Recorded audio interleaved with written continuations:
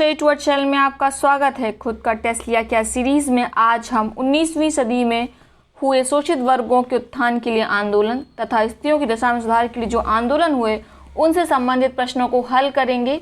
इसकी क्लास हम कल कर चुके हैं। आप प्लेलिस्ट में जाके पहले उस क्लास को करिए, उसके बाद इस टेस्ट को सॉल्व करिएगा। तो चलिए शुरू करते हैं पहले प्रश्न के साथ। सत्यशोधक समाज की स्थापना किसने की थी?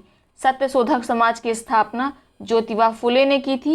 1873 में इनका जन्म 1827 ईस्वी में माली के घर में हुआ था। इन्होंने एक शक्तिशाली गैर ब्राह्मण आंदोलन का संचालन किया। इनकी पुस्तक अगर हम बोलें तो गुलामगिरी है।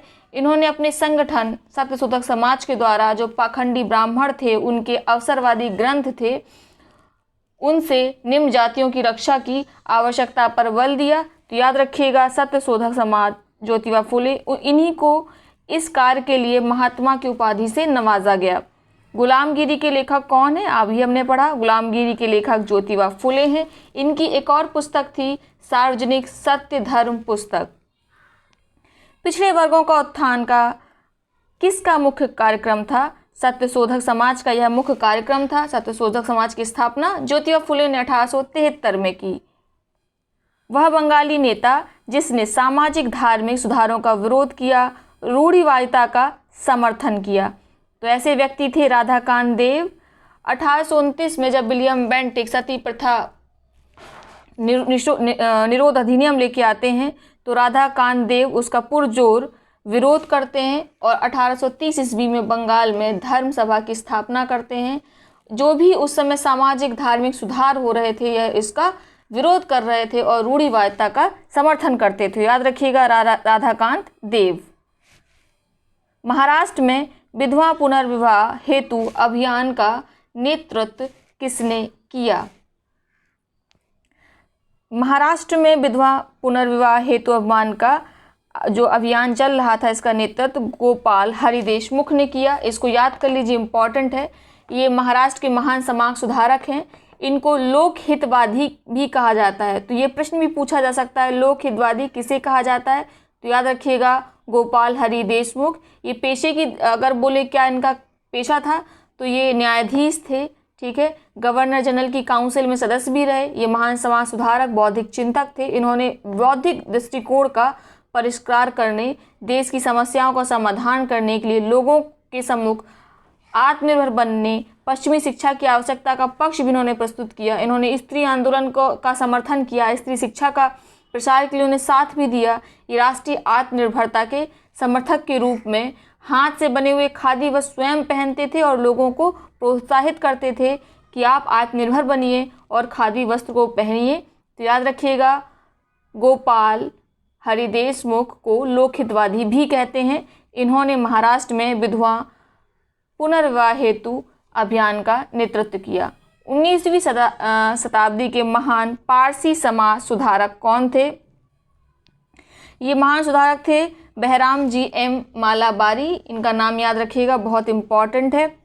इनके समय में ही एक एक्ट आया था, सम्मति आयु अधिनियम, एज ऑफ कंसेंट एक्ट। इन्हीं के प्रयासों से सफल हुआ था 1891 में, जिसमें जो शादी की आयु थी वो 12 वर्ष से अगर कम का कोई भी लड़का या लड़की है तो उस शादी को, उस विवाह को अवैध माना जाता था।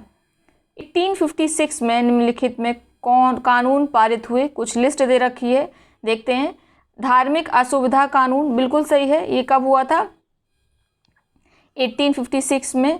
सती निषेध रेगुलेशन हमने पढ़ा, कब हुआ था ये? 1829 में। और 30 में ये पूरे ब्रिटिश प्रेसिडेंसियों में लागू हो गया था। हिंदू पुनर्विवाह कानून, ये कब आया था? ये भी 56 में आया था।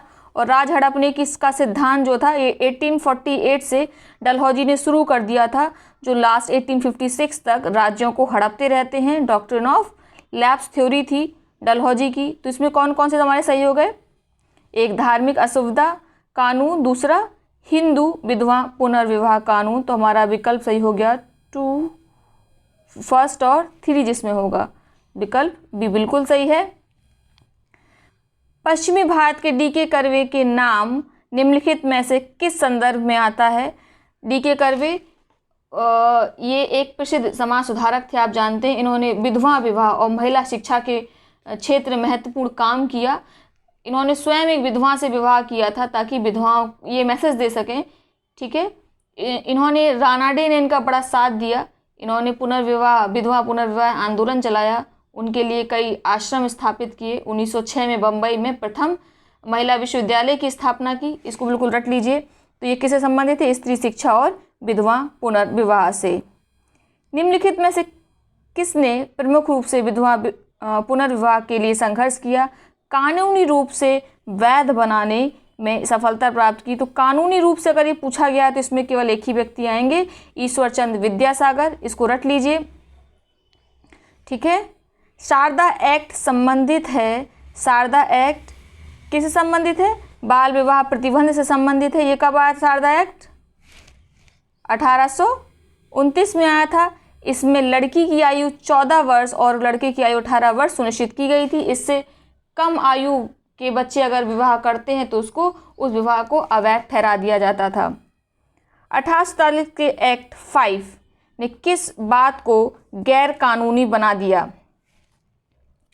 इसने गुलामी को, ठीक है, इस गुलामी को गैर कानूनी बना दिया। लॉर्ड एलनबरो के काल में आता है 1843 के एक्ट 5। इसमें जो गुलामी या दासता थी उसको गैर कानूनी बना दिया गया था। हालांकि ये धारा जो 1833 का चार्टर एक्ट था उसमें भी जोड़ा गया था, लेकिन इसको सही तरीके से लागू नहीं किया जा सका। उसके बाद अंत में 1843 में समस्त भारत में दासता को अवैध घोषित कर दिया गया।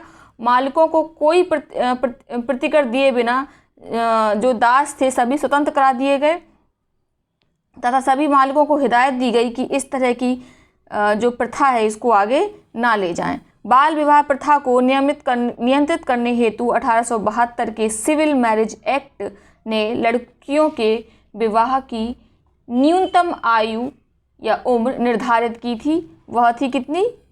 14 वर्ष। याद कर लीजिए, 1872 में कानून द्वारा, जिसे प्रायः नेटिव या सिविल मैरिज एक्ट कहते थे, 14 वर्ष से कम आयु की कन्याएं और 18 वर्ष से कम आयु के लड़कों के विवाह को वर्जित कर दिया गया। इसमें बहुपत्नी प्रथा को भी वर्जित किया गया, समाप्त किया गया, ठीक है।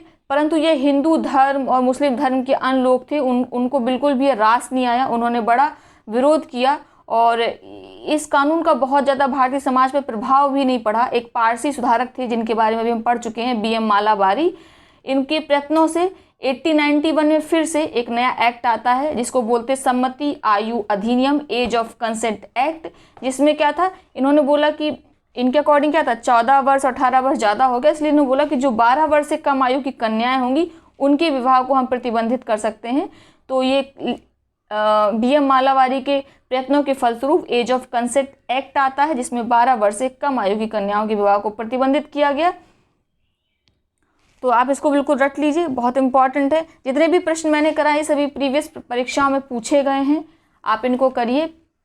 साथ ही इस टेस्ट को करने से पहले आप क्लासेस को ज़रूर किया करिए। प्लेलिस्ट में जाइए, वहाँ देखिएगा मॉडर्न हिस्ट्री की सीरीज़ नाम से एक प्लेलिस्ट मिलेगी, उसमें देखिए सारे वीडियोस पड़े हुए हैं, उन वीडियोस को देखिए और फिर टेस्ट करिए।